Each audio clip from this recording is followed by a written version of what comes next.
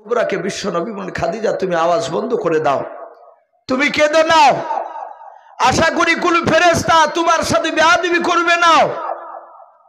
আমার বিশ্ব নবী খাদিজার অনেক গুণ আল্লাহ রসুলের কলিজার টুকরা বিবি মায়েশা সিদ্দিকা রাদিয়াল্লাহু তাআলা আনহার সামনে বায়ান করতে। আমরা অনেকে বাবজি শুনেছি যে আল্লাহ রসুল সাল্লাল্লাহু তাআলা আলাইহি ওয়াসাল্লাম এক রাত্রিতে আয়েশার বাড়িতে পালি পড়েছিল। হযরত আয়েশা সিদ্দিকা রাদিয়াল্লাহু তাআলা আনহা গভীর রাত্রিতে ঘুম থেকে জাগার পর দেখলেন বিশ্বনবী শুয়ে নেই। হযরত আয়েশা বলছেন, আমার ভয় হলো, আমি চিন্তা করলাম যে আমার ব্যবহারে মনে হয় কোনো ত্রুটি পেয়ে হয়তো রাসূলুল্লাহ অন্য বিবির ঘরে চলে গেছে। আমি চুপি চুপি রাত্রিবেলায় প্রতিটা আমার সতীনের ঘরে দেখলাম, নবীর অন্য বিবির ঘরে গিয়ে দেখলাম আমার বিশ্বনবীকে পাওয়া গেল না। হযরত আয়েশা বলছেন, আমি চরম ভয় পেয়ে গেলাম, তাহলে আমার রাসূলকে কি মেরে ফেললো নাকি কাফেররা? নবী কই? নবীকে তো দেখতে পাওয়া যায় না, আমার ঘরও নাই, নবীর অন্য বিবিদের ঘরও নেই। হযরত আয়েশা বলে, আমি ওই রাত্রিবেলায় ছুটতে শুরু করলাম, আমার বিশ্বনবীর প্রথম বিবি খাদিজাতুল কুবরার যেখানে কবর রয়েছে, আমি সেই জায়গায় গিয়ে দেখছি নবী আমার কবরের পাশে, খাদিজার কবরের পাশে দাঁড়িয়ে দাঁড়িয়ে আমার বিশ্বনবী কান্না করছিলেন। বলুন আলহামদুলিল্লাহ। আমার বিশ্বনবী খাদিজার জন্য কাঁদছিলেন, আল্লাহকে ডেকে বলছেন, ওগো আল্লাহ, তুমি আমার খাদিজার কবরের আযাবকে তুমি মাফ করে দিও। বলুন সুবহানাল্লাহ। আমার রাসূল কাঁদছেন খাদিজার জন্য। হযরত আয়েশা সিদ্দিকা রাদিয়াল্লাহু তাআলা আনহা তিনি নবীজির অনেক কথা শুনলেন। নবী এটা বললেন, আল্লাহ কিয়ামতের ময়দানে যদি তুমি আমাকে জান্নাতে দাও, তাহলে আমার বিবি খাদিজাকে তুমি আমার সঙ্গে আবার জান্নাতে থাকার ব্যবস্থা করে দিও। বলুন আল্লাহুম্মা আমিন। খাদিজার নয় বিশ্ব নবীর মুখ থেকে কথাটা শুনে আয়েশার মনটা বাবজি খারাপ হয়ে গেল।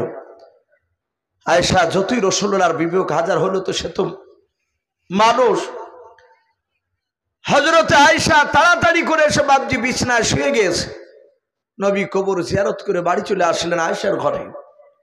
এসে দেখছেন আয়েশা বুকটা বাবজি একটু জোরে বাবজি উঁচু নিচু হচ্ছে, নিঃশ্বাসটা জোরে জোরে ফেলছে, একটু ধোঁকায় যাকে আমরা বলি।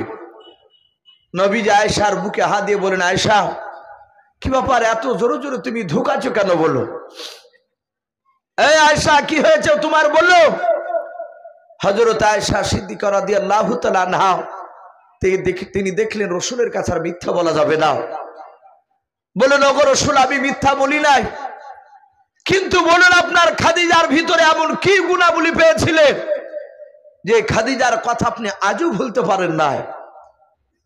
হে রাসূল, আপনি বলুন, আপনি জান্নাতে খাদিজার সঙ্গে থাকার দোয়া করলে, ওগো নবী বলুন, একটু শোনান খাদিজার এমন কি গুণ ছিল ওই বুড়ো ওই বৃদ্ধা নারীটার।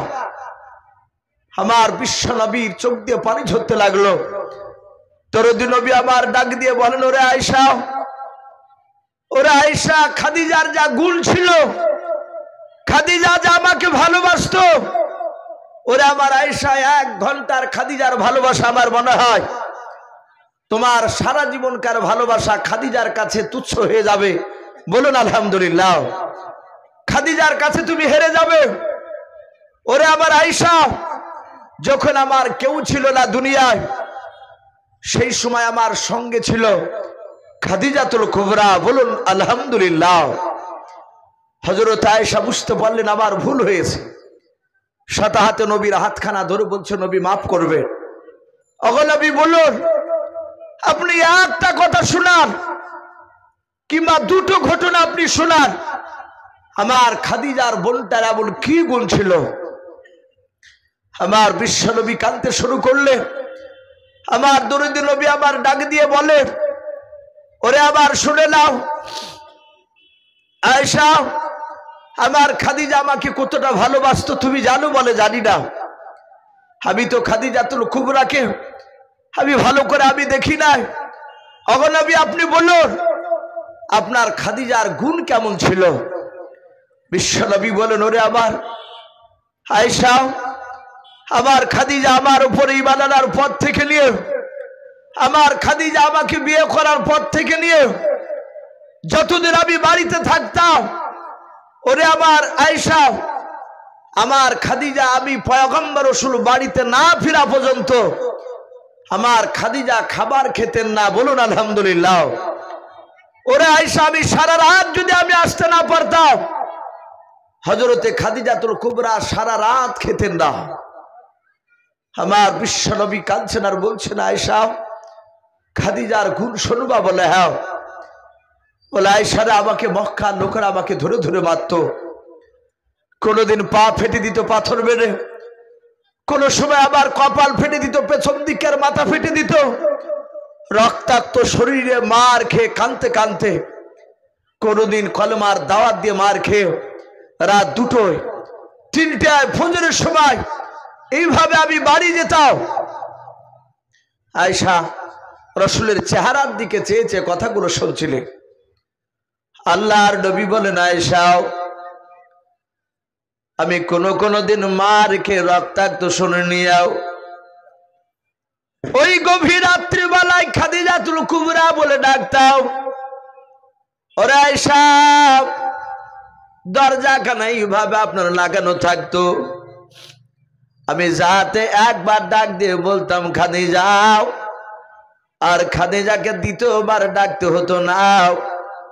লব্বাইকে রাসূলুল্লাহ বলে দরজা খুলে দিত। বলুন সুবহানাল্লাহ। আল্লাহর নবী কাঁদতেন আর বলতেন, খাদিজা, তুমি এক ডাকে সাড়া দিলে তুমি কি ঘুমাও না? হযরতে খাদিজা নবীকে পাঞ্জাবির মহাব্বতে জোড়া ধরে বলতেন, ওগো প্রাণের স্বামী, শুনেন, আর আপনি বাড়ি থেকে বাইরে গিয়েছেন কলমার দাওয়াত দিতে, আর আপনার বিবি আয়েশা ঘুমিয়ে থাকবে, খাদিজা ঘুমিয়ে থাকবে, এটা হতে পারে না। নবী গো, সারা রাত দরজার গুড়িতে পিঠ লাগিয়ে দাঁড়িয়ে আছে, কানটা আপনার দিকে ঘুরেও, কখন আমার পয়গম্বর রাসূল খাদিজা বলে ডাক দিবে। বলুন আলহামদুলিল্লাহ। নবী বলেন, আয়েশা, খাদিজা ইন্তেকাল করার আগা দিন পর্যন্ত আমাকে খাদিজাকে দ্বিতীয়বার নাম ধরে ডাকতে হয় নাই। বলুন সুবহানাল্লাহ। আচ্ছা, আমাদের একটা বিবি এরকম? আমাদের কারণে একবার, দুবার, 3বার, 4বার, 10 বার ডাকার পরও উত্তর দেয় না। এখন তো মোবাইলের যুগ, বাইরে থেকে ফোন করছি, 20 বার রিং বাজার পরও বাবজু চালা পাইনি, দরজাতে বাড়ি বেড়ে চালা পাচ্ছে না, তারপর জানানাতে যে বাবজা আবার লাথি মারছে, কিল মারছে জানানা, আই খোলো খোলো, তখন বলছ উঠছি। আর বিশ্বনবী বলেন, আমার খাদিজাকে দ্বিতীয়বার ডাকতে হয় নাই, একবার ডেকেছে আর খাদিজা সাড়া দিয়েছে। হযরত আয়েশা রাসূলের হাতখানা ধরে বলছেন, হুজুর মাফ করবে, আমি আর জীবনে বেঁচে থাকা পর্যন্ত খাদিজার ব্যাপার আর কোনো কথা বলবো না। বলুন সুবহানাল্লাহ।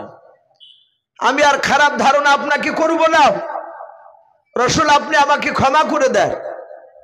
তাহলে এত বড় দামি নারী এবং জান্নাতি, মহান রব্বুল আলামিন দুনিয়ার বুকে 2টো মেয়েকে সালাম দিয়েছিলেন, তার মধ্যে খাদিজাতুল কুবরা উনি একজন। আল্লাহ ডাইরেক্ট সালাম দিচ্ছেন জিবরিলকে দিয়ে। তাহলে এত বড় দাবি খাদিজাতুল কুবরা, উনি মওতের সময় নবীজির চেহারার দিকে চেয়ে নাই, কবরের দিকে চিন্তা করতে করতে তিনি বেহুশ হয়ে গিয়েছিলেন।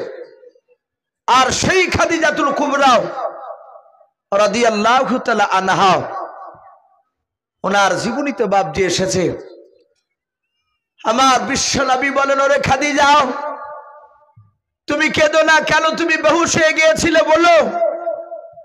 বলে, নবী, ওই ফেরেশতারা যদি আমাকে প্রশ্ন করে, আমি রাসূলের বিবি খাদিজা উত্তর দিতে না পারলে আমার সাথে শাস্তি দেওয়া হবে, আমি সহ্য করতে পারবো না।